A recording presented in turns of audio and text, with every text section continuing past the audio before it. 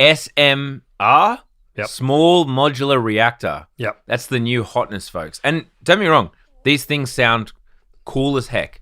So instead of like if you drive kilometers outside of the 20th arrondissement of France, you will drive past these huge nuclear reactors. We're not talking about those, folks. These things are tiny. They can be staffed by 75 people. They're cheaper to set up. They can be somewhat portable. These things could be potentially moved around in some cases. We can get them going quick. Unlimited energy. The only issue is they currently don't exist. They don't exist. Yeah, I mean, there's a whole bunch of companies that have popped up. New Scale Power is a big one. Oklo, X Energy, TerraPower. There's a whole bunch of companies which have raised a huge amount of investment. Again, if you haven't listened to our episode with Kyle Harrison, who was the VC that we brought on, it's called Capital Inferno Heaven. And it's actually, I think, the keystone to understanding a lot of crap that goes on in tech. Because he was basically like, the way that you understand this stuff is that there are people with a huge amount of money, the Saudis. Yeah. Wanting SoftBank, who also get most of their money from the Saudis as well. So whatever. And as a result, there are a whole bunch of capital allocators and startups who are basically figuring out ways to deploy huge amounts of capital in a way that's like relatively consistent and ongoing. Keep spending this money that people want to invest. Yeah.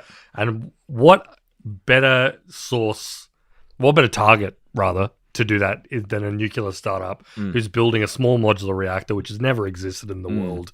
There are a whole ton of them that are ostensibly working on it. It's very hard to interpret how far along they are because obviously none of them have a working product. But the idea being that, as you say, instead of a big, scary Chernobyl-like facility, which is what the vast majority of people think of when they think of nuclear power, what if this cool little thing that looks like it's come out of like a Marvel movie or something? Yeah. And it can power a whole city off this. Well, it's scalable. It depends what you want. You want 1 gigawatt hour? Well, just take 12 of them. If you want less than that, take fewer. You know, it's this scalable modular architecture. It does sound fantastic in theory. NewScale, who, one of the bigger names in this, publicly listed, they do make some money through like licensing IP and whatnot to like bigger parties. Unfortunately, and have a look at their stock chart. It's kind of a funny watch because everyone was like hyper pumped on them. Then in March this year, they were like, that small reactor that we said was coming, we've scrapped it. And the stock just goes, it like literally like it looks like an arrow. Like it's spiking up and then it just like absolutely plummets. Yep.